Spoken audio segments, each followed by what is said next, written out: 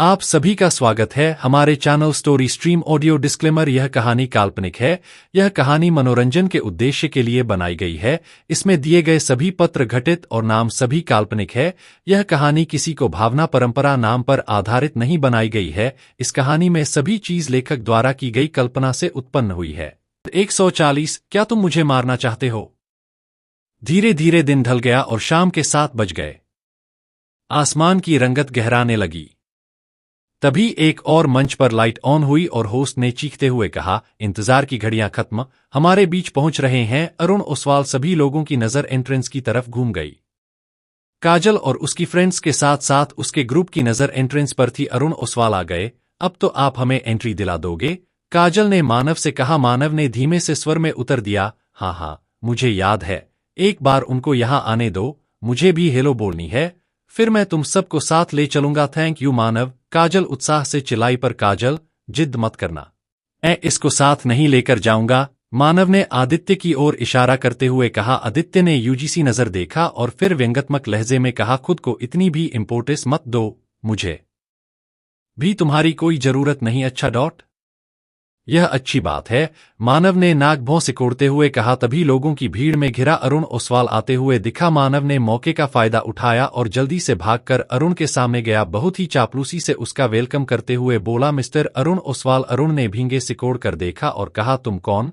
Door से काजल को इनकी बात तो सुनाई नहीं दी, पर उसे लगने लगा अगर अरुण मानव से बात कर रहा है तो वह एक दूसरे को जानते होंगे। मैं मानव अरोड़ा हूं, हमने एक बार साथ में डिनर भी किया था। अरुण ने कुछ देर सोचा और फिर सिर हिलाते हुए कहा, मुझे अब याद आ रहा है, ऐसा लगता है कि इस नाम का कोई व्यक्ति है। यह सुनकर मानव ने गर्व से काजल और उसकी दोस्तों की तरफ देखा, मानो दिखावा कर रहा हो। मिस्टर ओसवाल, मैं अपने दोस्तों के साथ सिर्फ आपको देखने यहाँ आया हूं, क्या आप हमें अपने साथ अंदर जाने दे सकते हैं? मानव ने बहुत ही विनम्रता से पूछा। अरुण की भींगे सिकुड़ गई। उसने मानव को ठंडे अंदाज में देखा। अपना चेहरा देखा है? अरुण ने आंखें छोटी करते हुए पूछा। इतना कहते ही अरुण ने हाथ उठाया और मानव के चेहरे पर थप्पड़ मारा दिया। भले ही उसने बिल्कुल फोर्स नहीं लगाया, पर मानव की गाल लाल होकर सूज गई। उसको सेक निकलने जैसा एहसास हुआ। खुद को समझते क्या हो, जो मुझसे इतना सम्मान लेने यहाँ मेरे आगे खड़े होने की हिम्मत की कोई औकात है क्या तुम्हारी, जो मेरा समय खराब किया? अरुण ने उसे ठंडे स्वर में डांटा। मानव अपना चेहरा पकड़े हुए बहुत ही अनकंफर्टेबल महसूस करते हुए चुपचाप खड़ा रहा। गेट लॉस्ट, अरुण के साथ खड़े आदमी ने जोर से चिल्लाते हुए मानव को हटने के लिए कहा। मानव कांप सा गया। पीछे हटने से पहले उसने अरुण को अजीब नजरों से देखा। काजल और उसकी फ्रेंड्स तो स्पीचलेस हो गई। उनकी आंखों में घृणा भरी हुई थी। शायद मेरे पापा और उनके बीच कुछ मुद्दों को लेकर प्रॉब्लम्स खड़ी हो गई होंगी, मानव ने समझाते हुए कहा। एक कुछ मुद्दे नहीं, उसने तुम्हें तुम्हारी औकात पर बात याद दिलाई है। आदित्य ने इस बात कमेंट पास करने की पहल की। मानव का चेहरा एक बार फिर से लाल हो गया। मानव ने खुद के बचाव में आदित्य के पास को लाते हुए कहा, तो क्या हुआ? मानव अरोड़ा, तब भी तुम जैसे हारे हुए इंसान से बेहतर है। आदित्य ने कोई जवाब नहीं दिया, बस एक ठंडी सांस ली। इस समय अरुण को किसी ने बताया आदित्य यहीं खड़ा है, तो वह अपनी पूरी भीड़ के साथ आदित्य की ओर चल पड़ा। अरुण ओसवाल इधर आ रहे हैं, काजल ने चौंकते हुए कहा। मानव अचंभित रह गया। उसके दिल में एक उम्मीद जगी। श्वास अरुण ओसवाल का हृदय परिवर्तन हुआ हो, देखो वह निश्चित रूप से हमें अंदर ले जाने आ रहे हैं। यह कहते हुए मानव एकदम जोश के साथ खड़ा हो गया, पर सभी के साथ साथ मानव को भी सरप्राइज करते हुए अरुण मानव के सामने से गुजर गया और आदित्य के सामने आकर खड़ा हो गया। आदित्य कपूर, तुम्हारी हिम्मत सराहने लायक है, यहां आने की हिम्मत की, अरुण ने ठंडे स्वर में कहा। मन का चेहरा शर्म से लाल हो गया। इस बार वह खुद को साबित करने के लिए कोई बात बना सकने के लायक भी नहीं रहा। उसका मन हुआ उसे यहाँ जमीन में दरार मिल जाए, जिसने जाकर वह खुद को छुपा सके। मैं अभी भी तुम्हारी तरफ से मेरे दोस्त से माफी मांगने के इंतजार में हूँ, आदित्य ने एक भौं उठाते हुए कहा। आदित्य और अरुण के बीच हो रही बातें सभी के लिए हैरानीजनक बात थी। काजल का तो मुंह खुला रह गया। एक हा अरुण खुलकर हंसा और बोला, मैं अभी भी आपके मौत का सामना करने के साहस की प्रशंसा कर रहा हूं। बातों को और तरीके से भी सुलझाया जा सकता था। मैं तुमसे इस बारे में कोई बहस नहीं करना चाहता, आदित्य ने ठंडे स्वर ने कहा। अरुण ने सिर हिलाया और थोड़ा झुककर आदित्य के कान में फुसफुसाते हुए कहा, तुम जैसे गुमनाम व्यक्ति के लिए इतना बड़ा सीन क्रिएट करना बहुत प्राउड फील करने वाली बात होगी ना। ऐसा कहने के बाद उसने आदित्य के कंधे को थपथपाया और जाने के लिए मुड़ा। काजल को तो यकीन अभी भी नहीं हो पा रहा था कि आदित्य ही वह आदमी है जिसने अरुण ओसवाल को चुनौती दी। How possible? क्या वह सिर्फ कपड़े धोने और खाना बनाने तक ही सीमित नहीं था? अरुण ओसवाल जैसी पर्सनैलिटी को टक्कर देने के लायक कब हो गया? वह नाखून चबाते हुए सोचने लगी। अरुण ओसवाल, यह लोग मेरे जान पहचान वाले हैं, इन्हें अंदर आने दो। आदित्य ने उसको पीछे से पुकारते हुए कहा, तुम जिसको चाहो अंदर ला सकते हो, वैसे भी यह सब तुम्हारी हार देखने वाले हैं। रुकते हुए अरुण बोला और चला गया। आदित्य काजलन की तरफ मुड़ा और ठंडे अंदाज में बोला, तुम इस आदमी को छोड़कर बाकी किसी को भी अंदर के जा सकती हो। यह कहते हुए आदित्य अमन के साथ आगे बढ़ गया। मानव का चेहरा बेहद बदसूरत हो गया। वह कुछ देर पहली बनाई हुई अपनी बातों के लिए खुद को कोस रहा था। तुम्हारे जीजू तो कमाल के हैं काजल, वैसे साली आधी घरवाली होती है, चांस मार ही लो। काजल की दोस्त उसको पकड़कर आगे खींच कर ले जाते हुए फुसफुसाकर बोली। काजल की आंखों के आगे भी आदित्य की मजबूत बॉडी घूम गई। इन लोगों के अंदर जाने के बाद बाउंड्री को दोबारा बंद कर दिया गया। काजल भागकर आदित्य के साथ कदम मिलाते हुए बोली, आदित्य तुम वालिया फैमिली के नजदीक कब पहुंच गए? आदित्य ने सुना पर कोई भी जवाब नहीं दिया। आदित्य को बिल्कुल भी इंटरेस्ट न लेता देखकर काजल ने अपने कदम धीमे कर लिए और आदित्य से बहुत पीछे रह गई। स्टेडियम बहुत शानदार था, उसका एंट्रेंस बहुत आकर्षक था। किसी भी तरह की सजावटी छत की बजाय खुले आसमान के नीचे हरे घास से ढकी धरती के ऊपर एंट्रेंस के नीचे बीच एक वेटर फाउंटेन था। कहा जाता है कि इसका पानी नेचुरली किसी नदी से आ रहा है और वापस भी जाकर उसी नदी में मिल जाता है। यही एक कारण है इस वाटर फाउंटेन को छत के नीचे कर काटने की बजाय इसकी खूबसूरती को आकर्षण का केंद्र बनाया गया। उसके पास आते ही आदित्य फाउंटेन के पास बैठ गया क्योंकि उसको एक अजीब एहसास हो रहा था। उसने अपने हाथ में फाउंटेन का पानी लिया और पी लिया। पीने के अंदर जाते ही आदित्य को अजीब सा झटका लगा। मुझे सही अनुमान हुआ था, जो कुछ भी है जरूर इस पानी के अंदर है, आदित्य ने अपने मन में सोचा। इससे पहले वह कुछ और सोच पाता। कुछ महसूस करते हुए उसके चेहरे पर एक हल्की सी मुस्कान फैल गई। उसे अपने अंदर कुछ एनर्जी का आभास हुआ। मुकाबले के बाद मुझे इस बारे में और कुछ भी पता करना है, सोचते हुए उसने अपने हाथों से ही पेट भर पानी पी लिया। उम्मीद के मुताबिक इसके अंदर एक ऐसी शक्ति प्रवाहित हुई जो उसने कभी कल्पना भी नहीं की थी। आसपास के लोग उसको पानी पीता देखकर मतली जैसा महसूस करने लगे। आखिर पीने वाले पानी का बहुत अच्छा अरेंजमेंट होने के बावजूद भी कोई फाउंटेन का पानी क्यों पिएगा? बेशक आम लोगों के लिए एंट्री बंद हो चुकी थी, पर अभी भी जाने माने लोग जिनको यहां इनवाइट किया गया अभी भी आ रहे थे। अमन की नजर सभी पर घूम रही थी। तभी अचानक एंट्रेंस पर एक लड़के को आता देखकर अमन की भौहें सिकुड़ गई। अनएक्सपेक्टेड, वह धीरे से बड़बड़ाया, पर आदित्य को उसकी बड़बड़ाहट सुन गई। उसने अमन को देखा जो एक आदमी को घूर रहा था।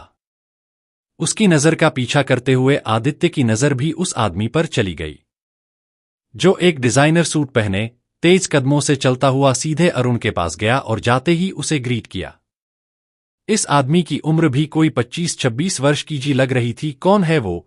आदित्य ने अमन से पूछा। वह दिवांश राही है मिस्टर कपूर, वह सच में बहुत ज्यादा घातक इंसान है, आपको केयरफुल रहने की बहुत ज्यादा जरूरत पड़ने वाली है। अमन कुछ चिंतित होते हुए बोला, ऐसा है क्या? आदित्य दिवांश की तरफ देखते हुए सीरियस टोन में बोला, हाँ मिस्टर कपूर, वह विराट सान्याल का करीबी रहा है, सभी तरीके से एक जानलेवा इंसान है, अमन ने शर्ट में बताते हुए कहा। दिवांश अरुण के साथ बातें कर रहा था। वह बहुत जोश में हंस हंस कर बातें कर रहे थे। अब इस मूर्ख बच्चे को संभालने की जिम्मेदारी तुम पर है दिवांश, अरुण दाइश का कंधा थपथपाते हुए बोला। डोंट वरी मिस्टर ओसवाल, जोश में कहते हुए दिवांश की नजर आदित्य पर गई जो इस समय उसे ही देख रहा था। जैसे ही दोनों की नजर आपस में टकराई, आदित्य को एक जानलेवा आत्मा अपनी ओर आती हुई प्रतीत हुई। इस बार आदित्य दंग रह गया। हो न हो अमन ने जो कुछ भी बताया वह सब सच था। यह जानते हुए भी आदित्य ने अपने कदम बढ़ाए और दिवांश की तरफ जाने लगा। अपनी ओर आते आदित्य को देखकर दिवांश की आंखें सिकुड़ गई। इस समय अरुण अन्य मेहमानों के साथ बातें करने लगा। आदित्य उसके सामने खड़ा हुआ और बोला, क्या तुम मुझे मारना चाहते हो? दिवांश दंग रह गया। उसे अचानक ऐसे किसी सवाल की बिल्कुल उम्मीद नहीं थी। क्या तुम मुझे मारना चाहते हो? आदित्य ने अपना सवाल दोहराया। दिवांश तीखी नजर से आदित्य को देखने लगा। पर बोला, कुछ नहीं विराट सान्याल के दोस्त हो तुम? आदित्य ने अपना सवाल बदल दिया। वह आदित्य पर चिढ़ते हुए बोला, यह जानते हुए भी मेरे पास आने की हिम्मत कर रहे हो? क्या तुम मुझे मारना चाहते हो? आदित्य ने फिर से पहले वाला सवाल दोहराया। हाँ बिल्कुल, तुम्हारी वजह से मेरा दोस्त अपंग होने के बाद दुनिया में भी नहीं रहा, तो तुम इस दुनिया में क्यों रहोगे? दिवांश राही ने जहर उगलते हुए इस बार आदित्य के सवाल को टाला नहीं और कड़क आवाज में उत्तर दिया। अरुण के साथ साथ आसपास मौजूद सभी लोगों की नजर उनकी तरफ घूम गई और आदित्य ने भौहें उठाई। तो ऐसा करना, तुम अरुण ओसवाल के साथ ही मुझसे मिलना। हीरो एपिसोड 141 शर्त में बदलाव। क्या तुम मुझे मारना चाहते हो? आदित्य ने फिर से पहले वाला सवाल दोहराया। हाँ बिल्कुल, तुम्हारी वजह से मेरा दोस्त अपंग होने के बाद दुनिया में भी नहीं रहा, तो तुम इस दुनिया में क्यों रहोगे? दिवांश राही ने जहर उगलते हुए इस बार आदित्य के सवाल को टाला नहीं और कड़क आवाज में उत्तर दिया। अरुण के साथ साथ आसपास मौजूद सभी लोगों की नजर उनकी तरफ घूम गई और आदित्य ने भौहें उठाई। तो ऐसा करना, तुम अरुण ओसवाल के साथ ही मुझसे मिलना, आदित्य ने कहा। और इतना सुनते ही देखने और सुनने वाले हैरान रह गए। क्या सच में अरुण ओसवाल के सामने ऐसी बात कही जा सकती है? अचानक फुसफुसाहट हुई। क्या सच में यही आदित्य कपूर है? कितना साधारण दिखता है, पर कितना घमंडी है। उसके पास वालिया फैमिली के समर्थन का खजाना है, इसीलिए इतना फुदक रहा है। पर अरुण ओसवाल और दिवांश राही जोर से हंसे। हा हा हा, आदित्य प्यारे से क्यूट से। आदित्य कपूर बेटा, मैं जानता हूं तुमने अपने में कुछ सुधार किया है, लेकिन अभी भी तुम मेरे सामने कुछ नहीं हो। अरुण आदित्य का मजाक उड़ाने के लिए पुचकारते हुए बोला। और तुम्हारे साथ यह अमन मेहता है ना? विराट सान्याल का धोखेबाज नौकर दिवांश राही अमन को पहचानते हुए बोला। मिस्टर राही, आप गलत समझ रहे हैं। अमन ने कुछ कहना चाहा, लेकिन दिवांश बीच में ही बोला, वैसे भी कुत्ता कहाँ गया, इसकी किसको परवाह है? दिवांश उनको भड़काने की कोशिश करते हुए बोला, गंदी जुबान को लगाम दो, यह मेरा दोस्त है और आज इसके सामने अरुण ओसवाल घुटने टेक कर माफी मांगेगा। तुम्हें भी मैंने मौका दे दिया है विराट का बदला लेने। अरुण साथ में आ जाना या फिर कभी भी आ जाना, मैं इंतजार करूंगा। कहते हुए आदित्य मुड़ा और जाने लगा। रुको, दिवांश अचानक चिल्लाया। अमन और आदित्य वहीं रुक गए। तो मुझे उकसाने आए थे तो ऐसे ही क्यों चले? दिवांश ने आदित्य को ठंडे अंदाज में देखते हुए कहा। आदित्य मुड़ा और हंसते हुए बोला, तो फिर तुम क्या करना चाहते हो? औरतों के पीछे छिपकर हीरो जैसे काम करने वाला आदित्य वास्तव में कितना सक्षम है? कहते हुए वह आदित्य की तरफ बढ़ा। अगले ही पल आदित्य को एहसास हुआ कि उसके सामने एक मजबूत शरीर खड़ा है। उसके अगले पल आदित्य को लगा उसके कंधे पर जैसे पहाड़ रख दिया। मुस्कुराते हुए दिवांश आदित्य के कंधे पर दबाव डालकर उसे जमीन पर गिर जाने को मजबूर कर रहा था। आदित्य का चेहरा बदसूरत हो गया। तभी अचानक आदित्य की शक्तियों में उछाल आया और दिवांश के हाथ की जबरदस्त झटका लगा और उसका हाथ तुरंत आदित्य के कंधे को छोड़ने के लिए मजबूर हो गया। पर झटका भी उसको इतना तेज लगा कि वह अपनी जगह पर स्थिर न रह पाया और तेजी से पीछे चला गया, जिससे वह अरुण के पास खड़े लोगों से जा टकराया। सभी गिरते गिरते बचे। इस बार दीवाना थोड़ा आश्चर्यचकित हुआ। उसे यकीन नहीं हुआ कि सच में ऐसा कुछ हुआ। क्या हुआ? अरुण ने थोड़ा संभलते हुए पूछा। दिवांश का चेहरा गंभीर हो गया, लेकिन उसने कुछ नहीं कहा। अगर और टकराना चाहते हो तो कभी भी आना, कहते हुए आदित्य चला गया। अमन जो साथ ही चल रहा था, वह अपने दिल की धड़कन को कंट्रोल कर रहा था। लंगड़ाने के कारण वह मुश्किल से आदित्य के साथ कदम मिला रहा था। उसके माथे से पसीना टपक रहा था। जब आदित्य को भी इसका एहसास हुआ तो उड़ने अपनी चाल धीमी कर ली। मिस्टर कपूर, अरुण ओसवाल के साथ निपटना पहले ही बहुत मुश्किल है, आपने दीवाना राही को क्यों उकसाया? अमन पूछे बिना नहीं रह सका। आदित्य के कदम रुक गए। वह मुड़कर अमन को देखने लगा, फिर अमन की आंखों में देखते हुए बोला, पता नहीं क्यों अमन, जब भी मैं इन लोगों को देखता हूं तो मुझे यह बिल्कुल यूजलेस लगते हैं। अमन कुछ सोचने लगा। वैसे इनर स्ट्रेंथ एक्सपर्ट के सामने टिकना आसान नहीं। पहले आदित्य ने अमन को भी पराजित किया था, पर जब अमन सबकी शक्ति का अनुमान लगा सकता है तो आदित्य की शक्ति उसके अनुमान में क्यों नहीं आती?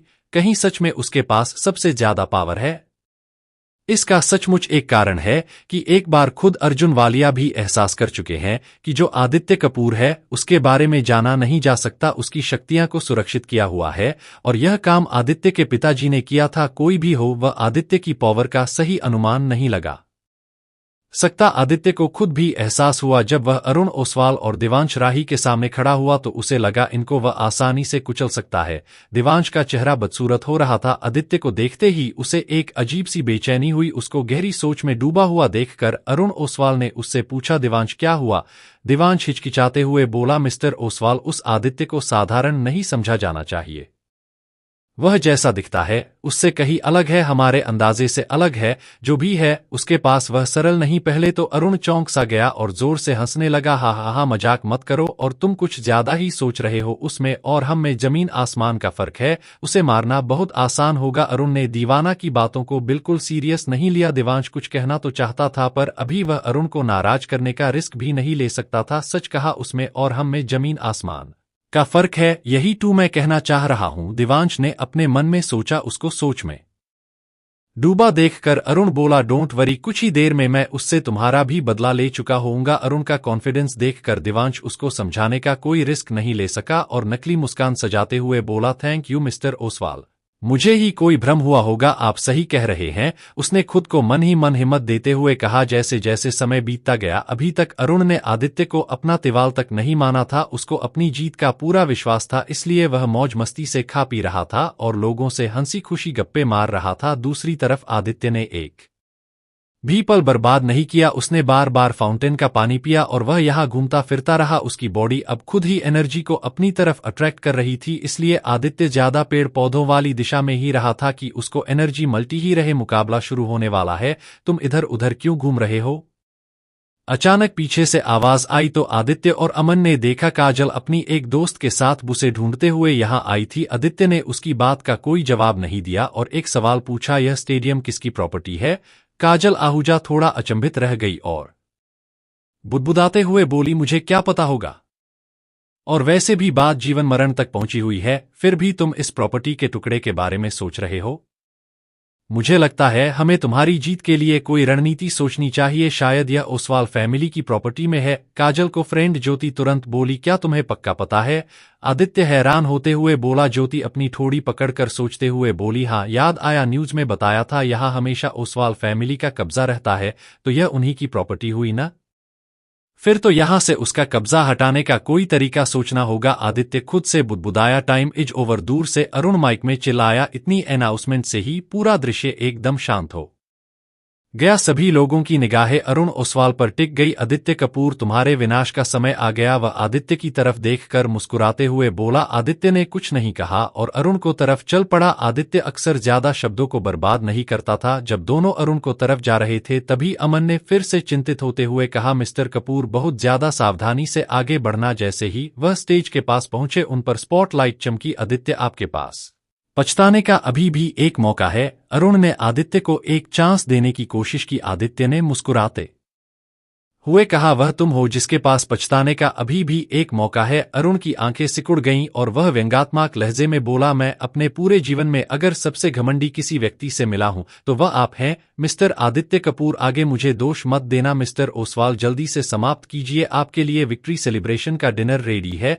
स्टैंड में बैठे लोगों में से किसी ने कहा। यह सुनते ही अरुण को शक्ति अपने चरम पर पहुंच गई, जो आदित्य को साफ साफ नजर आने लगी। यह असली इनर स्ट्रेंथ एक्सपर्ट की पावर है बच्चे, अरुण ने बहुत ही आत्मा संतुष्ट होते हुए कहा। वह आदित्य के चेहरे पर भय और आतंक देखना चाहता था। आदित्य का चेहरा शांत था, उसने कोई रिएक्शन नहीं दिखाया। उसके फेस को देखकर लग रहा था वह हंसना चाहता हो। इनर स्ट्रेंथ और सुपरनैचुरल स्ट्रेंथ सच में कभी एक स्तर पर नहीं हो सकती और इस समय इनर स्ट्रेंथ की कमजोरी दयनीय है। आदित्य ने धीरे से कहा, अगर ऐसा लग रहा है तो मैं तुम्हें पहले कदम उठाने का मौका देता हूं। अरुण ने आदित्य को आगे बढ़ने का इशारा किया। रुको, आदित्य ने अचानक कहा। अरुण के चेहरे की मुस्कान ज्यादा चौड़ी हो गई। क्यों डर गए? मैं शर्त मैं कुछ चेंज करना चाहता हूं। आदित्य हाथ बांध कर खड़े होते हुए बोला। ओ, अरुण ने बहुत दिलचस्पी दिखाई। अगर मैं हार गया तो मैं लकड़ी के टुकड़े के साथ साथ एक जड़ी बूटी का सेट दूंगा, आदित्य ने कहा। अरुण की आंखें चमक उठी। आदित्य के समर्थन में वालिया फैमिली है तो आदित्य के पास से ही सबसे अच्छी जड़ी बूटी मिल सकती है। अरुण के चेहरे की स्माइल ने आदित्य को आगे बोलने का इशारा किया। अगर तुम हार गए तो अमन के सामने घुटने टेक कर माफी मांगोगे, इसके साथ मुझे कुछ और भी चाहिए। आदित्य ने जानबूझकर अपनी बात अधूरी छोड़ दी। तुम बस के दो, वैसे भी मैं जाने वाला नहीं हूं, अरुण ने जल्दबाजी में कहा। पर सुना सभी ने क्लियर, मुझे यह स्टेडियम चाहिए। आदित्य कहने के बाद अरुण के चेहरे को गौर से देखने लगा। अरुण की आंखें सिकुड़ गई। इस स्टेडियम पर उसने जबरदस्ती कब्जा कर रखा है, पर यहां से उसे अच्छी आमदन होती है। इसको यूं ही किसी को दे देना ओसवाल फैमिली के लिए आसान नहीं था। अरुण की हंसी छूट गई। उसकी नजर में वह बस जीतने वाला था। उसे लगा आदित्य उसे बस जड़ी बूटियों का सेट दे रहा है। ओके ओके, अरुण ने हंसते हुए स्वीकार कर लिया। आदित्य के होठों का एक कोना अनजाने में ही मुड़ गया। उसकी आंखों में एक खिलखिलाती मुस्कान तैर गई। इतने सारे लोगों के बीच इस शर्त को मानकर तुम मुकर तो नहीं जाओगे? आदित्य ने जानबूझकर पूछा। अरुण थोड़ा शर्मिंदा हुआ, फिर बोला, बिल्कुल नहीं, मैं हमेशा बात का सम्मान करता हूं। क्या आप सीरियसली नहीं सोच सकते आखिर जीतोगे कैसे? लूजर माय हीरो एपिसोड 142 झटके पर झटका। ओके ओके, अरुण ने हंसते हुए स्वीकार कर लिया। आदित्य के होठों का एक कोना अनजाने में ही मुड़ गया। उसकी आंखों में एक खिलखिलाती मुस्कान तैर गई। इतने सारे लोगों के बीच इस शर्त को मानकर तुम मुकर तो नहीं जाओगे? आदित्य ने जानबूझकर पूछा। अरुण थोड़ा शर्मिंदा हुआ, फिर बोला, बिल्कुल नहीं, मैं हमेशा बात का सम्मान करता हूं। क्या आप सीरियसली नहीं सोच सकते आखिर जीतोगे कैसे? आदित्य ने उसे आगे बढ़ने का इशारा किया। अरुण का चेहरा तुरंत बदसूरत हो गया। आदित्य का एटीट्यूड अब उसकी बर्दाश्त से बाहर हो चुका था। उसने अपनी मुट्ठियां भींगी और आदित्य की तरफ झपटा। घमंडी मूर्ख बच्चे, तुम्हें सबक सिखाना बहुत जरूरी है। इतना कहकर वह तुरंत आदित्य के सामने आ गया। इतना फास्ट कुछ लोगों के मुंह से अचानक निकला। मिस्टर ओसवाल का तो पंच भी दिखाई नहीं दे रहा। किसी उसकी स्पीड की तारीफ में कहा, बहुत तेज। लोग बोले बिना रह नहीं पाए। काजल और अमन के चेहरे भी बदल गए, क्योंकि अरुण ने जो अभी अभी ताकत दिखाई वह उनकी समझ से परे थी। सभी के चेहरों पर आश्चर्य की झलक थी, सिवाय आदित्य के। वह अभी तक शांत और संयमित दिखाई दे रहा था। वह न तो भागा नहीं छिपा, बल्कि अपनी मुट्ठी भींचकर अरुण का सामना किया। अरुण को इसकी उम्मीद नहीं थी। मुझसे हाथापाई की हिम्मत? तुम मौत की तलाश में हो? अरुण की आंखें में पागलपन की झलक थी। वह लगातार दहाड़ रहा था और उसकी मुट्ठियां आदित्य की मुट्ठियों से टकरा रही थी। तभी उनकी मुट्ठियों के बीच एक ऐसा बल उत्पन्न हुआ कि अरुण को एक झटका लगा और वह अपनी जगह से फिसलता हुआ 5 फीट पीछे चला गया। वहीं आदित्य अभी भी स्थिर खड़ा था, जैसा कि मैंने सोचा था। आदित्य ने अपने मन में कहा, यह इनर स्ट्रेंथ एक्सपर्ट कहीं जिक्र करने के भी लायक नहीं है। यह कैसे पॉसिबल है? अरुण ने खुद से पूछा। उसका चेहरा बदसूरत हो गया। भले ही उसने अपने पंच में पूरी ताकत का इस्तेमाल नहीं किया था, फिर भी शक्ति के चरम पर होने पर किसी के लिए उसे पीछे धकेलना असंभव था। चारों ओर सन्नाटा छा गया। सबको अपनी आंखों पर यकीन कर पाना मुश्किल था कि वह क्या देख रहे हैं। अरुण ओसवाल तो सच में नुकसान में है। यह आदित्य कपूर तो बहुत कुशल है। भीड़ में चर्चा होने जिस पर अरुण को बहुत गुस्सा आया। ऐसा लगता है मैंने आपको कम आका है, अरुण ने आदित्य की ओर देखते हुए ठंडे अंदाज में कहा। आदित्य ने कुछ नहीं कहा, बस चंचल निगाहों से उसे देखा। अरुण ने तुरंत दहाड़ते हुए कहा, तुम्हारे लिए अफसोस की बात है कि मैंने अभी तक सिर्फ 50% भी पावर इस्तेमाल नहीं की थी, पर अब मैं तुम्हें मार डालूंगा। यह कहने के बाद अरुण एक बार फिर आदित्य की ओर बढ़ा। उसकी गति बेमिसाल थी। मुट्ठियां बारिश की तरह वर्ष रही थी, लेकिन आदित्य ने सभी मुट्ठियों को आसानी से चकमा दे दिया। वह अरुण के हर पंच से आसानी के साथ बच निकला। दर्जनों मुक्के बरसाने की बावजूद भी वह आदित्य को एक भी पंच नहीं मार सका। यह कैसे संभव है? अरुण को अब चिंता होने लगी। उसने अपनी आंखों से साफ साफ देखा था, बूढ़े नौकर से आदित्य आसानी से पिट रहा था। फिर पिछले 3 दिनों में ऐसा क्या हुआ जो आदित्य की पावर में इतना जबरदस्त सुधार हुआ? क्या यही सब कुछ था? आदित्य ने व्यंग किया। अरुण ने अपने दांत भींचते हुए बोला, तुम छिप रहे हो है न? हमेशा औरतों के पीछे छुपने वाले आदित्य कपूर, तुम अब भी छुप रहे हो है ना? आदित्य ने अपनी भौहें उठाई और बोला, अगर मैंने जवानी करवाई की तो शायद आपको मुश्किल से ही जीने का मौका मिल सके। घमंडी अरुण दहाड़ा। उसने इतना अपमान पहले कभी नहीं झेला था। मुक्कियां बरसने का सेकंड सेशन शुरू हो चुका। इनर स्ट्रेंथ एक्सपर्ट के मामले में मेरा स्टेमिना ज्यादा है। अनगिनत मुक्कों का सामना करते हुए उसे जरा भी थकावट महसूस नहीं रही थी। आदित्य ने अरुण की इनर पावर का आकलन करते हुए खुद को थोड़ा पीछे रखा। अरुण इस समय इंटरनल पावर से घिरा हुआ था। इससे उसकी पावर की तो बचत हुई ही, साथ में यह भी सुनिश्चित किया कि उसका शरीर घायल ना हो। तो इंटरनल पावर का इस्तेमाल ऐसे किया जाता है। आदित्य को कुछ समझ में आया। वह जोर से दहाड़ा और उसके शरीर में यह पावर समाहित हो गई। घूमती हुई शक्ति ने तुरंत आदित्य को घेर लिया। आदित्य को ऐसा लगा जैसे उसका पूरा शरीर हल्का हो गया हो। यह तो सचमुच ऐसे ही काम करता है। आदित्य खुश हुए बिना न रह सका। मौत की तलाश कहते हुए अरुण ने आदित्य के चेहरे पर मुक्का मारा। इस बार आदित्य ने खुद को बचाने के लिए कुछ नहीं किया, न चकमा दिया, न छिपने को कोशिश की और मुक्की को अपने नजदीक आने दिया। इस बार मुक्की इसके मुंह पर पड़ी। मिस्टर कपूर, अमन चिल्लाया। उसने आदित्य को घूर कर देखा। उसका चेहरा चिंता से भरा हुआ था। अरुण जोर जोर से हंसने लगा। यह होती है इनर स्ट्रेंथ एक्सपर्ट की पावर। इनर स्ट्रेंथ पावर बस यही होती है? मैं इससे थोड़ा निराश हूं। पीछे से फिर आदित्य की आवाज आई। अरुण ने पीछे मुड़कर देखा। आदित्य एकदम स्थिर खड़ा था। उसका चेहरा शांत था, जिस पर एक मुस्कान थी। यह कैसे हो सकता है? इस बार सिर्फ अरुण को ही नहीं बल्कि सामने मंच पर बैठे देवांश और सभी लोगों को भी हैरानी हुई। अरुण की मुट्ठी आदित्य को नुकसान नहीं पहुंचा रही थी। आदित्य ने अपने मुंह पर लगी धूल पोंछी और अरुण से कहा, अब मेरी बारी। यह शब्द खत्म होते ही आदित्य अरुण के सामने था। इससे पहले अरुण कोई प्रतिक्रिया कर पाता, आदित्य ने उसके पेट में मुक्का मारा। तेज दर्द के कारण वह चीख कर झुक गया। उसके मुंह से खून की धारा बहने लगी। आदित्य यही नहीं रुका, उसने अरुण की पीठ पर कोहनी से वार किया। एक तेज दर्द के एहसास के साथ अरुण के शरीर से लिपटी शक्ति में ऐसा लग रहा था जैसे कोई छेद कर दिया हो। जमीन पर गिरते ही उसके शरीर से एक धमाके की आवाज आई। जिसने भी यह दृश्य देखा उसका मुंह खुले का खुला रह गया। अरुण ओसवाल, अब यह खत्म हो गया है, तुम्हें अब अपना वादा निभाना चाहिए। कहते हुए आदित्य ने अमन की ओर देखा। मैं अभी तक हारा नहीं हूं, अरुण चिल्लाया और सबको हैरान करते हुए खड़ा हो गया। उसने अपनी हथेली उठाई, इसने से एक रोशनी निकली और इस रोशनी ने एक खंजर जैसी आकृति ले ली। सब और खतरे का आभास फैल गया। यह क्या हो रहा है? छोटे ओसवाल के हाथ में रोशनी चमक रही है। मैंने ऐसा पहले कभी नहीं देखा। वह आने वाले समय में ओसवाल फैमिली का रहा। लोगों में फुसफुसाहट शुरू हो गई। आदित्य अब मुश्किल में है। शुरू से ही अरुण का प्रदर्शन अच्छा रहा है। हर कोई अरुण पर चर्चा कर रहा था। देवांश भी चुपचाप बैठा सब कुछ देख रहा था। आखिरकार अरुण उस पॉइंट पर पहुंच गया यहां वह अपनी इनर स्ट्रेंथ को मुक्त कर सकता है। यह अरुण ओसवाल तो सचमुच इस स्तर तक पहुंच गया। अमन इस वक्त बेहद चिंतित था। हर कोई इसको अलग अलग नजरिए से देख रहा था, जबकि उसका चेहरा पागलपन से भरा पड़ा था। आदित्य कपूर, तुमने खुद मुझे इतना आगे धकेल दिया, मुझे परवाह नहीं तुमने पिछले 3 दिनों में क्या क्या झेला है, पर मेरे इस कदम से तुम बस मर चुके हो। अरुण जोर जोर से हंसा। आदित्य भी थोड़ा चीन गया। वह बोला, यह क्या है?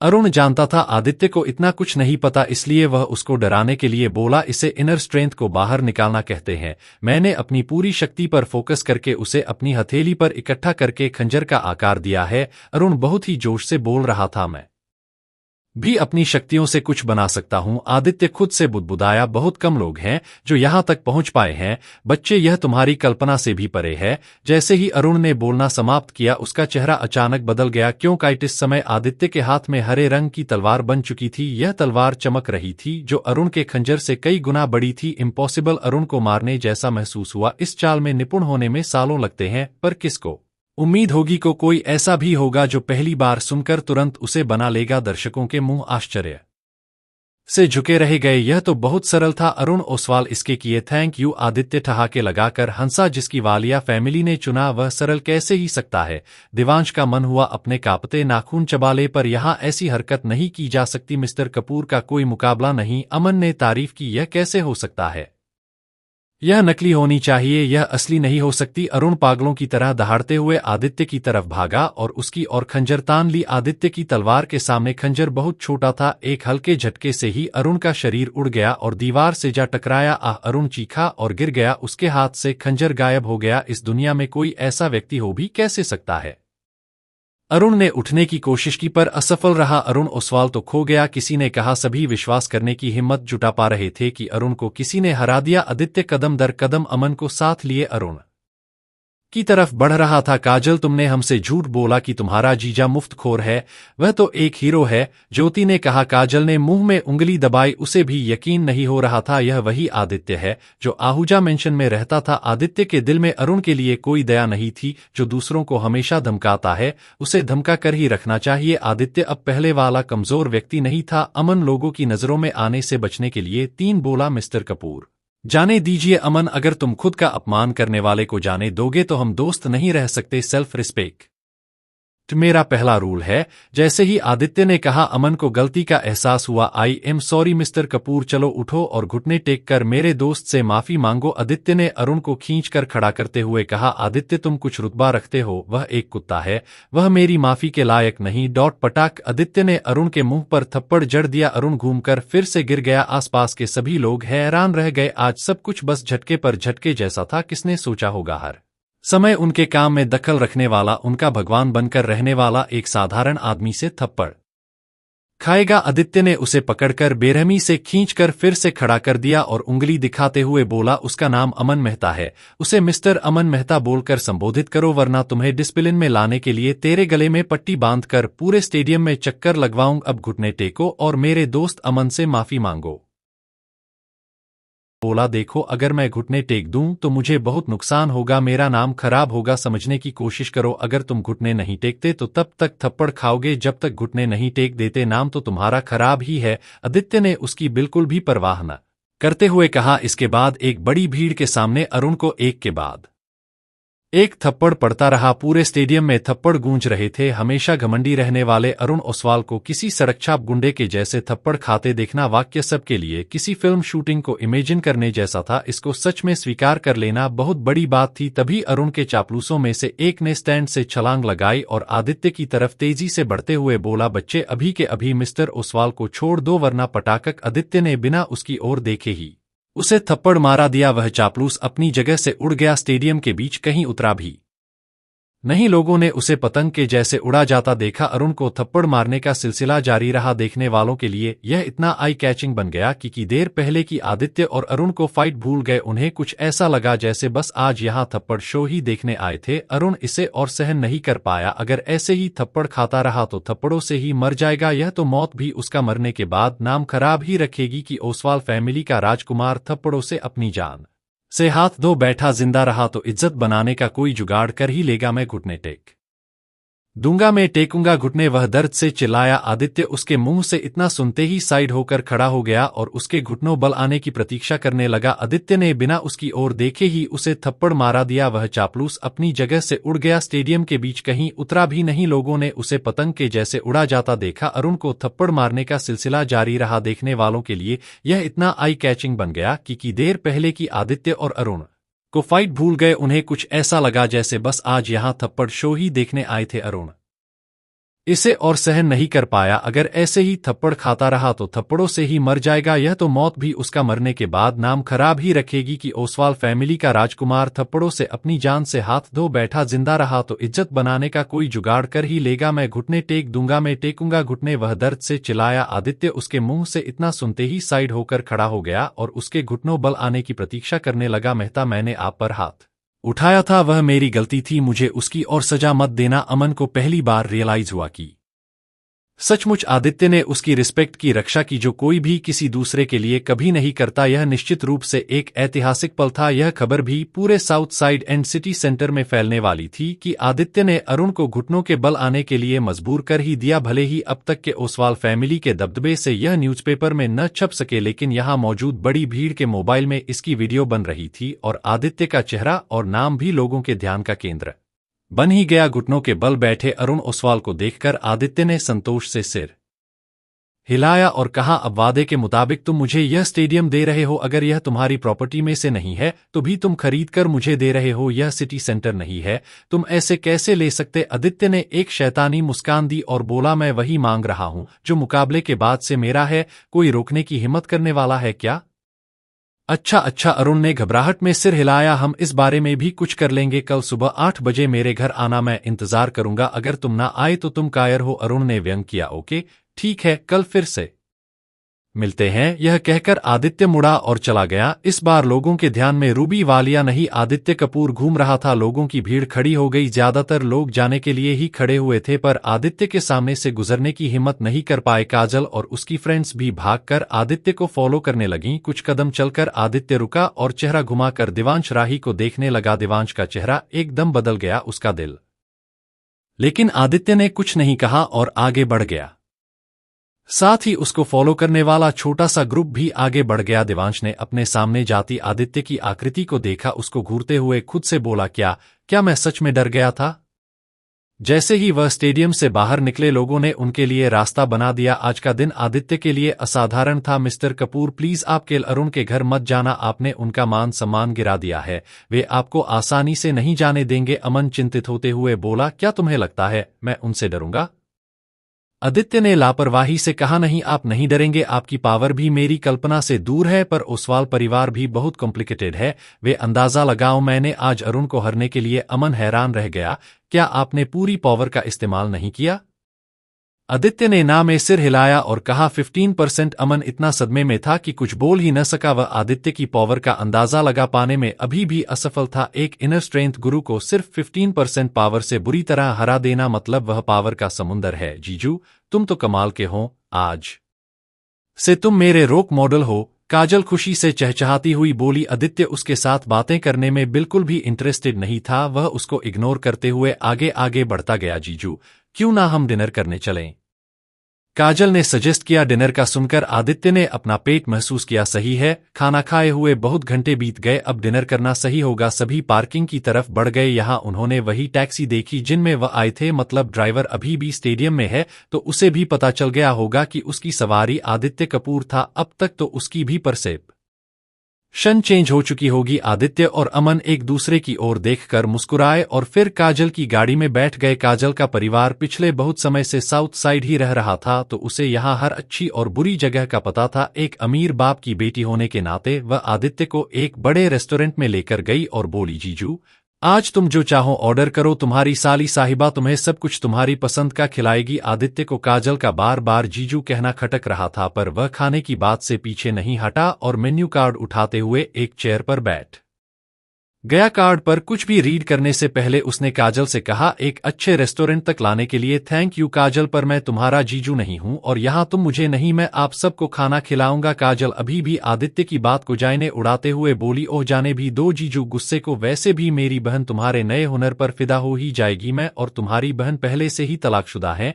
मेरा उससे कोई लेना देना नहीं। आदित्य एक भौं उठाते हुए बोला। यह बात उम्मीद के मुताबिक नहीं थी। काजल का चेहरा बदल गया, वह टेबल पर हाथ पटकते हुए बोली, क्या सच में? 5 एक ऐसा आदमी जो सबसे अलग और आकर्षक है, इसके साथ कोई भी रिश्ता होना गर्व की बात है। और फिर जीजू होने के नाते काजल के पास एक मौका था आदित्य से नजदीकी बनाने का। किंजल को बेवकूफ बनाकर वह आदित्य के करीब आ सकती है, पर आदित्य तो किंजल का भी नहीं रहा। यह बात काजल को पचाने मुश्किल थी। जो किंजल के आगे पीछे रहता था वह तलाक कैसे ले सकता है? मैं ऐसी बातों में समय खराब करने में दिलचस्पी नहीं लेता। काजल, तुम भी खाना एंजॉय करो। जो पूछना, जिस तरह आदित्य बात कर रहा उससे साफ समझ आ रहा था कि यूज किंजल में कोई रुचि नहीं। इस बात पर खुश होए या दुखी काजल को तो इसकी समझ नहीं आ रही थी, पर उसकी फ्रेंड ज्योति की स्माइल एविल स्टाइल में मुड़ गई। लूजर माई हीरो एपिसोड 144 इन ओसवाल मेंशन। मैं ऐसी बातों में समय खराब करने में दिलचस्पी नहीं लेता। काजल, तुम भी खाना एंजॉय करो। जो पूछना है अपनी बहन से पूछ लेना। आदित्य ने टेबल पर लग रहे खाने की महक को एंजॉय करते हुए कहा। जिस तरह आदित्य बात कर रहा उससे साफ समझ आ रहा था कि यूज किंजल में कोई रुचि नहीं। इस बात पर खुश होए या दुखी काजल को तो इसकी समझ नहीं आ रही थी, पर उसकी फ्रेंड ज्योति की स्माइल एविल स्टाइल में मुड़ गई। लड़कियों को हमेशा डेयरिंग लड़के पसंद आते और आदित्य का प्रदर्शन देखकर कितनी लड़कियों के दिलों में गर्मजोशी की भावना जागृत हुई होगी, यह कहना भी गलत नहीं। वहां मौजूद हर कुंवारी लड़की के दिल की धड़कन बढ़ी होगी। ज्योति भी उनमें से एक थी। खाना खाने के बाद काजल और ज्योति ने उन्हें कहीं और घूमने जाने का बोला, पर आदित्य को उनमें कोई दिलचस्पी नहीं थी, इसलिए वह उन्हें मना करके कैब से अपने होटल वापस आ गया। यहाँ उसने अपनी गाड़ी पार्क की हुई थी, 2 रूम बुक करवाए। जैसे ही आदित्य अपने रूम की तरफ बढ़ने लगा, अमन ने फिर से उसे याद दिलाया, मिस्टर कपूर, आपको कल फिर से सावधान रहने की बहुत जरूरत है। अमन, तुम थक गए हो और पहले से ही ठीक नहीं थे, ज्यादा मत सोचो, जाकर आराम करो। इतना बोलकर आदित्य अपने रूम में चला गया। अमन भी आगे कुछ न कह पाया और अपने रूम में चला गया। आदित्य इस समय बहुत थका हुआ था, उसने अपनी नींद को ज्यादा परेशान नहीं किया, सीधे बेड पर गया और बहुत प्यार से बोला, रूबी तुम्हारी तरफ मेरा एक और कदम। फिर गहरी सांस लेकर आंखों में नींद को समाने दिया। आदित्य तो चैन की नींद सो गया था, पर ओसवाल परिवार में बहुत हलचल मची हुई थी। छोटे से छोटे नौकर से लेकर अरुण के पापा तक सभी के चेहरे लोहे जैसे सख्त हो चुके थे। कहीं न कहीं नौकरी में भी गुस्सा था। जिस इंसान के सामने वे सांस तक नहीं लेते, वह किसी से थप्पड़ खा खा कर हार मानकर घर आ चुका है। तुम बेकार की चीज हो, पूरे परिवार का नाम खराब कर दिया तुमने। रोशन ओसवाल गुस्से में चिल्लाया, उनका सख्त चेहरा गुस्से से लाल हो चुका था। थप्पड़ों से सूजा चेहरा लेकर अरुण अपने बाप के सामने चुप ही रहा, वह कुछ भी कहने को हिम्मत नहीं कर सका। एक मास्टर, हमें आगे के बारे में सोचना चाहिए, अब करना क्या है? असिस्टेंट उनके कान में फुसफुसाया। आज असिस्टेंट भी अरुण से ज्यादा समझदार लग रहा था। रोशन ओसवाल ने ठंडी सांस लेकर कहा, सही में हुए कुछ सोचना चाहिए। अगर वह साउथ साइड से ऐसे ही निकल गया तो हम साउथ साइड में रहने लायक भी नहीं रहेंगे, और जिनको हमने सपोर्ट किया था वो सब फ्री में कुछ नहीं खा सकते। रोशन उन लोगों पर भी नाराज था जिन्होंने दर्शकों में बैठकर अरुण का तमाशा देखा था। ओसवाल फैमिली ने इन्हीं मुश्किल क्षणों में उनकी मदद मिलने की आस में उन पर खर्चा किया था। रोशन ने एक आदमी को अपने पास बुलाया और उसके कान में कुछ कहा। उस आदमी के जाने के बाद रोशन के गुस्से से लाल चेहरे की रंगत में कुछ बदलाव दिखा। अरुण समझ गया कि उसके पापा आदित्य के खिलाफ साजिश रच रहे हैं। पापा आदित्य का वालिया फैमिली से कोई रिश्ता है, उसे कुछ हुआ तो वालिया के साथ हमारी दुश्मनी हो जाएगी और वह हूं छोड़ेंगे नहीं। अरुण के मुंह से यह सुनकर रोशन ओसवाल का चेहरा एक बार फिर बदल गया। वह अरुण पर चिल्लाते हुए बोला, कुत्ते कमीने, यह पहले क्यों नहीं बताया? अरुण फिर से कांप गया और आगे कुछ भी बोल नहीं पाया। वालिया रोशन कसमसाते हुए बोला। फिर एक हाथ से अपनी आंखें ढककर कुछ सोचकर उसने कहा, कल जैसी कंडीशन होगी वैसा ही काम करेंगे। ओसवाल फैमिली के अलावा कई जाने माने परिवार थे जो अच्छा रुतबा रखते थे, वह गुप्त रूप से सब कुछ देख रहे थे। आदित्य ने जो भी अपनी योग्यता दिखाई थी उससे वे सभी आदित्य को अपनी ओर कर लेना चाहते थे, पर अभी अरुण और आदित्य का मुद्दा अभी बहुत गर्म था, इसलिए वह जल्दबाजी में कोई कदम उठाने की हिम्मत नहीं कर पाए। वह सब यही देखना चाहते थे कि आदित्य ओसवाल के घर से जैसे सुरक्षित बाहर निकल पाता है। अगर वह ओसवाल परिवार में ही मर गया तो उसे जीतने की कोई जरूरत नहीं। अगले दिन सूर्योदय हुआ। आदित्य पूरी रात गहरी नींद में सोता रहा। नींद पूरी करने के बाद उठा और बॉडी स्ट्रेच करते हुए उसने एक एक्सेप्ट किया कि रात उसे बहुत अच्छी नींद आई। कितनी आरामदायक रात थी। वह कहे बिना रह ही न सका और उठकर वॉशरूम की तरफ चला गया। कुछ ही देर में वह तैयार होकर अमन के रूम में गया। दरवाजा खुला था पर अमन बॉडी को बेड पर फैलाए गहरी नींद में आरामदायक लंबी लंबी सांसें ले रहा था। इतनी प्यारी नींद में आराम करते देखकर आदित्य का उसको जगाने का मन नहीं हुआ। उसने अकेले ही ओसवाल फैमिली के घर जाने का फैसला किया। जाते हुए उसने होटल से ही एक कप कॉफी ले ली और ओसवाल परिवार के घर की तरफ चल पड़ा। इस समय ओसवाल फैमिली का विला बहुत सारे नामी लोगों से भरा पड़ा था। सब के सब वही थे जिनके हुनर को ओसवाल ने सपोर्ट किया। अपने हाथ में कॉफी का कप लिए रोशन आदित्य का इंतजार कर रहा था। पापा विशाल भी आ गया। अरुण उसके कान में फुसफुसाते हुए बोला। उनके सामने एक 6 फीट का आदमी खड़ा था। यह वही था जिसे पिछली रात रोशन ने कुछ कहकर भेज था। वह एक छोटे पहाड़ जैसा दिख रहा था। जैसे ही वह अंदर आया वहां मौजूद सभी लोगों को घुटन सी महसूस होने लगी। मिस्टर ओसवाल, वह दूर से ही बोला। विशाल, मेरी बात को अभी फॉलो मत करना। रोशन ने उसे रात वाली प्लानिंग को कैंसिल करने का इशारा करते हुए कहा। ओके मिस्टर ओसवाल कहते हुए साइड हट गया और भीड़ का हिस्सा बन गया। आदित्य कपूर यहां आने की हिम्मत नहीं करेगा, कोई अचानक बोला। रोशन को भी कुछ ऐसी ही उम्मीद हुई, काश आदित्य यहां आए ही न। अगर वह नहीं आता तो ओसीएल को वालिया के साथ दुश्मनी लेने का जोखिम नहीं उठाना पड़ेगा। पर बिल्कुल उसी समय आत्मविश्वास के साथ आदित्य ने एंट्रेंस पर दस्तक दी। बिल्कुल शांत चेहरा जिसने बेचैनी या तनाव का कोई नामी निशान नहीं था। उसके आगमन ने शांतिपूर्ण माहौल को भंग कर दिया। अरुण ने अनजाने में मुट्ठियां भींच ली और आदित्य को घूरने लगा। उसको इग्नोर करते हुए आदित्य ने अपनी नजर घुमाई और रोशन पर नजर टिका ली। वह बहुत ही इत्मीनान से चलता हुआ रोशन के सामने आकर खड़ा हो गया। रोशन की भौहें सिकुड़ गई पर अगले ही पल ढीली पड़ गईं। क्या आप आदित्य कपूर हैं? रोशन ने मुस्कुराते हुए पूछा। आदित्य ने सिर हिलाया और कहा, मिस्टर ओसवाल, क्या स्टेडियम का कॉन्ट्रैक्ट रेडी है? रोशन ने हंसते हुए कहा, इतनी भी क्या जल्दबाजी है यंग मैन, पहले साथ में काफी लेते हैं। एक साथ सोफे पर बैठने के साथ ही अपने आदमियों को काफी लाने का इशारा किया और मुस्कान के साथ आदित्य से बोला, प्लीज, और कप आदित्य के आगे कर दिया। आदित्य ने सिर नीचे किया और एक ही घूंट में पूरा कप खाली कर दिया। सभी आश्चर्यचकित रह गए। मिस्टर कपूर के लिए एक और कप डालो, रोशन ने जल्दी से कहा। तुरंत एक और कप आदित्य को थमा दिया गया। आदित्य ने आंखें मूंद ली और कप नीचे रखा। मिस्टर ओसवाल, चलो थोड़ी काम की बातें भी कर लेते हैं। अरे अरे मिस्टर कपूर, इतना अधीर क्यों हो रहे हैं? हमारा ओसवाल परिवार कभी अपनी बात से पीछे नहीं हटता। इसके बिना आप और अरुण झगड़ों में एक दूसरे से परिचित हुए हैं, जो दोनों का ही बचपना है। ओसवाल परिवार आपसे दोस्ती करने को तैयार है, रोशन ने मुस्कुराते हुए कहा। आदित्य ने एक गहरी सांस ली। ओसवाल परिवार के बारे में बहुत कुछ जानने के बाद वह इस चालाक लोमड़ी की बातों पर यकीन नहीं कर सकता। यह बस सुंदर शब्दों का वार था। रोशन ज्यादा से ज्यादा बातें करके आदित्य के साथ सहज होना चाहता था।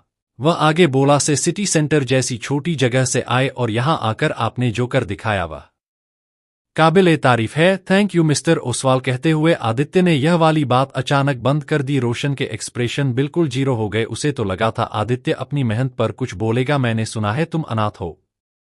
आदित्य की भौहें सिकुड़ गई। वह उदास सा हो गया। यही तो एक रीजन था, वह आम जिंदगी नहीं जी पाया था। फिर भी उसने सिर हिलाया और कहा, हाँ। रोशन ने आह भरते हुए कहा, आजकल वैसे भी बच्चे कुछ हासिल करने के लिए अपने परिवारों को छोड़ना या अपनी पहचान छुपाना पसंद करते हैं, ऐसा मैं समझता हूं। आखिरी लाइन उसने जल्दी से ऐड की। इस पर आदित्य यको एक विचार सुझा जो वह पूछना चाहता था, पर अभी के लिए उसने सब कुछ टाल दिया। वह चुप रहा। आदित्य का धैर्य देखकर रोशन ने पूछा, कुछ समय पहले रूबी वालिया अचानक किसी काम से सिटी सेंटर गई, इससे जागी हलचल मच गई। आदित्य ने मुस्कुराते हुए कहा, हाँ, सिटी सेंटर जैसी छोटी जगह पर वालिया फैमिली का तो जिक्र ही न करें। ओसवाल फैमिली भी वहां कुछ काम से नहीं आना चाहेगी, है ना? हा हा हा।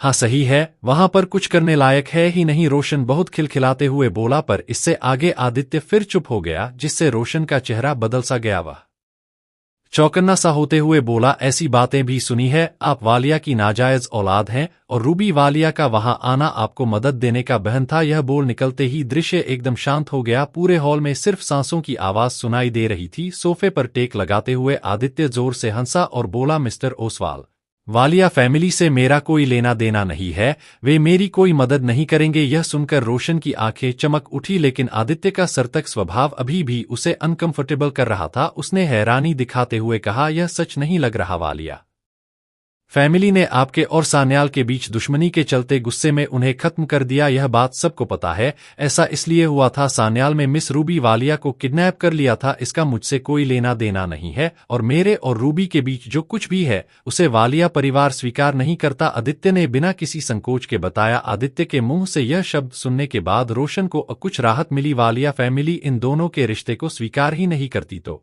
रोशन को अब वालिया फैमिली का कोई डर नहीं था। अब तक उसकी बातें तो खत्म हो चुकी थी, या यूं कह ले उसने जो कुछ जानना था सब जान लिया। वह भी आदित्य की तरह टेक लगाकर बैठ गया और एक एक घूंट करते हुए अपनी काफी खत्म की। उसके होंठों का एक कोना एविल स्माइल में मुड़ गया, उसके चेहरे की मुस्कान चंचलता में बदल गई। लूजर माय हीरो एपिसोड 145, वो सो गया। आदित्य के मुंह से यह शब्द सुनने के बाद रोशन को अंत कुछ राहत मिली। वालिया फैमिली इन दोनों के रिश्ते को स्वीकार ही नहीं करती तो रोशन को अब वालिया फैमिली का कोई डर नहीं था। अब तक उसकी बातें तो खत्म हो चुकी थी, या यूं कह लें उसने जो कुछ जानना था सब जान लिया। वह भी आदित्य की तरह टेक लगाकर बैठ गया और एक एक घूंट करते हुए अपनी काफी खत्म की। उसके होंठों का एक कोना एविल स्माइल में मुड़ गया, उसके चेहरे की मुस्कान चंचलता में बदल गई। उसने एक कप और उठाया, फिर धीरे धीरे काफी पीने लगा। वह चाहता था आदित्य इंतजार से परेशान होकर खुद आगे बात बढ़ाए, पर आदित्य चुप ही रहा। वह जिस काम के लिए आया था बस उसी पर फोकस था। जब 3 कप कॉफी पीने के बाद भी आदित्य कुछ नहीं बोला तो रोशन खाली कप पटक कर रखते हुए बोला, आदित्य तुम अभी बहुत छोटे हो, बहुत ही ज्यादा लापरवाह हो, दुनिया को बिल्कुल नहीं समझते, बेवकूफों को तरह तुमने अपनी स्थिति बयान कर दी। रोशन ने मजाकिया स्टाइल में अफसोस में सिर हिलाते हुए कहा, न तुम बड़े प्रोजेक्ट को हैंडल करने के लिए नहीं बने हो, कोई समझदार होता तो वालिया के साथ अपने रिश्ते को बढ़ा चढ़ाकर बताकर मुझे डरा देता, लेकिन मूर्ख तुम मेरे दयालु स्वभाव के नाटक से धोखा खा गए, अपनी तुच्छ सी असलियत मुझे बता दी। आदित्य ने चेहरा घुमाकर रोशन की तरफ देखा और कहा, तुम्हें सच में लगता है मैं तुम्हारी इस छोटी सी योजना का अंदाजा नहीं लगा पाया था, है ना? तुम्हारा हर शब्द मेरे और वालिया के बीच रिश्ते की जांच कर रहा था। हाँ, यह सही है, रोशन हंसते हुए बोला। अच्छा, तो अगर वालिया परिवार मेरे साथ नहीं फिर आपको डरने की कोई जरूरत नहीं, आदित्य ने एक भौं उठाते हुए कहा। योर बैड लक, बहुत देर से समझे, रोशन खिलखिलाकर हंसते हुए बोला। नहीं रोशन, मैं तुम्हारे इरादे से अच्छी तरह से वाकिफ था, आदित्य ने एक स्माइल के साथ कहा। फिर तुमने मुझे क्यों बताया? रोशन का चेहरा बदल गया, कहीं गलत जानकारी देकर आदित्य ने उसे ही तो नहीं फांस लिया। पहला यह को मैं बातों की लड़ी को खत्म करके तुम्हें सीधे बात के एंड पर जल्दी लाना चाहता था, आदित्य ने नाक भौं सिकोड़ते हुए कहा, जिससे रोशन का चेहरा बदल गया। आदित्य आगे बोला, दूसरा कारण यह है कि वालिया की मदद के बिना भी ओसवाल परिवार मेरी नजर में कुछ नहीं। यह सुनकर रोशन के चेहरे पर गुस्से के भाव उभर आए। तुम सच में बहुत जिद्दी हो, वह दांत पीसते हुए बोला। अरुण गुस्से में मुट्ठियां भींचते हुए खड़ा हो गया और चिल्लाते हुए बोला, पापा उसके साथ शब्दों को बर्बाद मत करो, मुझे इसे मार देने दो। आदित्य ने अरुण ओसवाल के गुस्से से लाल हो रहे थप्पड़ों से सूजे हुए चेहरे को देखा तो उसकी हंसी छूट गई। रोशन ने अरुण की बात का कोई जवाब नहीं दिया और अपने सामने पाए फाइल को आदित्य के सामने टेबल पर पटकते हुए कहा, मैंने स्टेडियम को खरीदकर तुम्हारे नाम कर दिया है, अगर हिम्मत है तो पेपर्स ले जाओ, रोशन ने चैलेंज करते हुए कहा। आदित्य ने फाइल उठाकर उसको पढ़ा और बोला, इस गिफ्ट के लिए ओसवाल फैमिली का धन्यवाद, फिर उठकर जाने लगा। अभी कुछ ही कदम चला था तभी 3 लोगों ने उसका रास्ता रोक लिया। हा, मूर्ख, क्या तुम्हें सच में ऐसा लगता है कि तुम ओसवाल परिवार की चीजें ले जा सकते हो? रोशन जोर से हंसते हुए बोला। आदित्य ने अपने सामने खड़े 3 लोगों को देखा और रोशन से व्यंग्यात्मक लहजे में कहा, सिर्फ इन 3 लोगों की हेल्प से तुम मुझे रोकना चाहते हो? आदित्य, तुम कुछ ज्यादा ही दबंग हो, अरुण गुस्से में चिल्लाया। यह ओसवाल फैमिली के भरोसेमंद नौकर हैं जो मुझसे भी ज्यादा ताकतवर हैं। तुम्हें मारना इनके लिए मुर्गियों और कुत्तों को मारने जितना आसान है। अरुण ठंडे स्वर में बोला, रेली मुझे तो ऐसा कुछ नहीं लगता। आदित्य ने अपना सिर हिलाया। रोशन जो थोड़ी दूर बैठा था हल्की मुस्कान के साथ बोला, अगर तुमने यह पेपर्स न उठाए होते तो मैं तुम्हें इस घर से बाहर जाने देने के लिए शायद कोई विचार करता, पर तुमने यह मौका भी खो दिया। इतना कहते ही रोशन ने अपना हाथ हिलाया। तुरंत तीनों आदमी आदित्य की तरफ बढ़े। जैसा ही अरुण ने कहा था, तीनों की पावर सच में आदित्य से कहीं ज्यादा थी। उनकी पकड़ बेहद क्रूर थी। आदित्य ने बारी बारी से तीनों को देखा। उसके अंदर इनर पावर अपने चरम पर पहुंच गई और उसके हाथ से फुट पड़ी। अचानक एक प्रचंड शक्ति का सामना होने से तीनों के चेहरे पीले पड़ गए। जब तक वह आदित्य को छोड़कर भागने के लिए खुद को तैयार कर पाते, तभी एक जबरदस्त झटके से उनके शरीर उड़ गए और वापस पीले चेहरों के साथ जमीन से टकराए। गिरने के बाद जिंदा होने के बावजूद भी तीनों में से एक भी हिल नहीं सका। अरुण का ठंडा पसीना छूट गया। आदित्य ने रोशन को देखा और कहा, कुछ और है तो बताओ वरना मैं जाऊं। रोशन गुस्से में चिल्लाया। रुको। आदित्य एक भौं उठाते हुए बोला, क्या है? विशाल, उसे अपंग बना दो। रोशन ने विशाल को बुलाया। भीड़ में कोई हलचल नहीं हुई। विशाल, रोशन ने दहाड़ लगाई। विशाल का कोई जवाब नहीं आया। इधर उधर नजर दौड़ाते हुए रोशन ने देखा विशाल एक सोफे पर गहरी नींद में लेटा हुआ था। रोशन का चेहरा गुस्से से लाल हो गया। वह आखिर ऐसी स्थिति में सो कैसे सकता है? उसे तुरंत जगाओ। रोशन जोर से चिल्लाया। वहीं पास खड़े दो आदमी विशाल को जगाने लगे पर कोई असर नहीं हुआ। मास्टर, लगता है ये वही कॉफी पी गया जो आदित्य के लिए बनवाई थी, एक आदमी बेवकूफी भरे लहजे में बोला। रोशन का पारा थर्मामीटर तोड़ने वाली कंडीशन पर आ गया। आखिर इतने स्टूपिड नौकर उसके यहां पहुंच कैसे गए? रोशन क्रोधित था लेकिन वह कुछ कर नहीं पाया। यह देखकर आदित्य अपनी हंसी रोक नहीं पाया। तो आपके इस कंडीशन पर आ जाने के बाद अब मैं विदा ले रहा हूं, बोलकर आदित्य ने अपने हाथ में पकड़ी हुई फाइल अरुण और रोशन को दिखाते हुए चिढ़ाया। फिर मुस्कान के साथ आगे बढ़ गया। जैसे ही आदित्य एंट्रेंस पर पहुंचा तो उसने देखा उसको गाड़ी के पास एक मर्सिडीज कार खड़ी हुई थी। आदित्य को देखकर एक अधेड़ उम्र का व्यक्ति भागते हुए उसके पास आया और बोला, मिस्टर आदित्य कपूर। आदित्य ने हाँ में सिर हिलाया। आदित्य को बिल्कुल भी आश्चर्य नहीं हुआ। ऐसा लग रहा था उसे इन सब की उम्मीद थी। आप कौन? आदित्य ने पूछा। उसने अपना बिजनेस कार्ड आदित्य को देते हुए कहा, मैं आकाश बिरला हूं। मुझे आदित्य कपूर से दोस्ती करनी है। क्या आप मुझे ऐसा सम्मान दे सकते हैं? आकाश बिरला? आदित्य ने कुछ याद करते हुए कहा। उसने ऐसा नाम सुना था, वह शायद साउथ साइड का इफेक्टिव नाम है। मैंने एक लंच ऑर्गेनाइज किया है, प्लीज मेरे साथ चलिए, उसने विनती करते हुए कहा। आदित्य भी कनेक्शन बढ़ाना चाहता था इसलिए उसने मना नहीं किया। इस आदमी ने अपने साथ और एक ड्राइवर को आदित्य की गाड़ी चलाने को कहा और आदित्य को अपने साथ अपनी गाड़ी में बिठा लिया। एक्चुअली आदित्य को अच्छी तरह से पता था कि बिरला अकेला ऐसा नहीं था जो उसे जीतना चाहता था। इस प्लान में और भी बहुत सारे अमीर परिवार होंगे। इनके लक्ष्य भी इतने सरल नहीं हो सकते। या तो वह आदित्य का फायदा उठाना चाहते हैं या फिर आदित्य के पीछे वालिया परिवार के रिकेशंस का फायदा उठाना चाहते हो। आदित्य इस बात बिल्कुल भी चिंतित नहीं था। वह अनुमान नहीं लगा सका कौन किसका इस्तेमाल कर सकता है। थोड़ी बहुत बातचीत से उसे पता चला कि आकाश की हालत भी विक्रम जैसी ही है। फर्क सिर्फ इतना था, विक्रम सिटी सेंटर तक ही सीमित था। आकाश बिरला पूरे देश भर में फैल गया था। साउथ साइड में आकाश के पास ऐसे युवकों का ग्रुप भी था जो ओसवाल परिवार से डरते नहीं थे, उसके मुकाबले में टक्कर देने को तैयार खड़े रहे। इसलिए आदित्य के पास बिरला परिवार एक अच्छी ऑप्शन थी। खाने की टेबल पर बैठे आकाश ने अचानक कहा, मिस्टर कपूर, आप सही सलामत ओसवाल परिवार के घर से बाहर आ गए। यह सबको हैरान करने वाली बात है। वालिया फैमिली के डर से बूढ़ा ओसवाल बस मचल कर रह गया होगा। पास में से एक बूढ़ा बोला। आदित्य ने उनकी तरफ देखा और सच्चाई से जवाब दिया, वालिया इंटरफेयर नहीं करेगी, वह मेरी और ध्यान नहीं देते। मैं ओसवाल फैमिली से इसलिए बाहर निकल पाया हूं क्योंकि उनके आदमी खुद को ज्यादा आंक रहे थे लेकिन तुच्छ थे। बस आदित्य के शब्दों से स्पष्ट था कि वह क्या कहना चाहता है।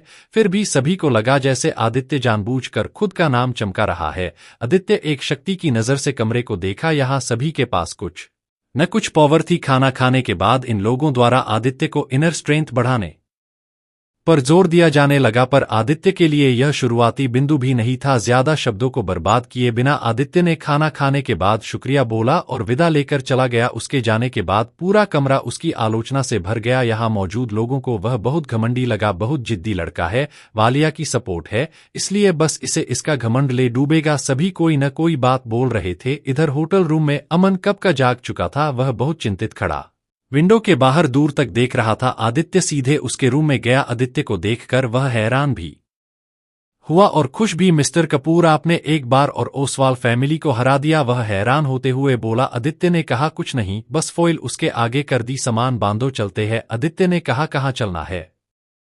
अमन ने पूछा। स्टेडियम में, आदित्य ने कहा। दोनों के चेहरे पर खुशी की झलक थी। जल्दी से दोनों स्टेडियम पहुंचे। उन्हें देखा यहाँ अभी भी बहुत लोग थे जो अलग अलग तरीके एंजॉय कर रहे थे। आदित्य ने दूर से ही पूरे स्टेडियम में एक नजर डाली। मिस्टर कपूर, क्या मैं यह जगह खाली करवाऊं?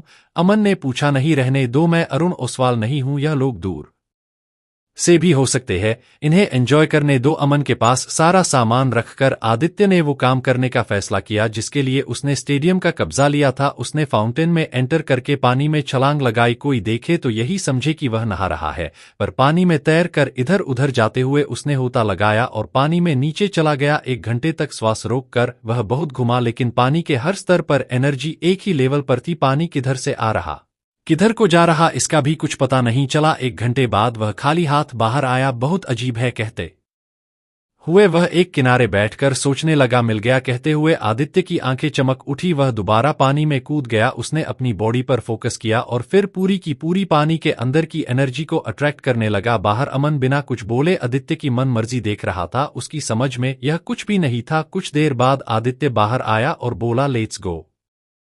Next episode to be continued. Please like, share, subscribe. Goodbye.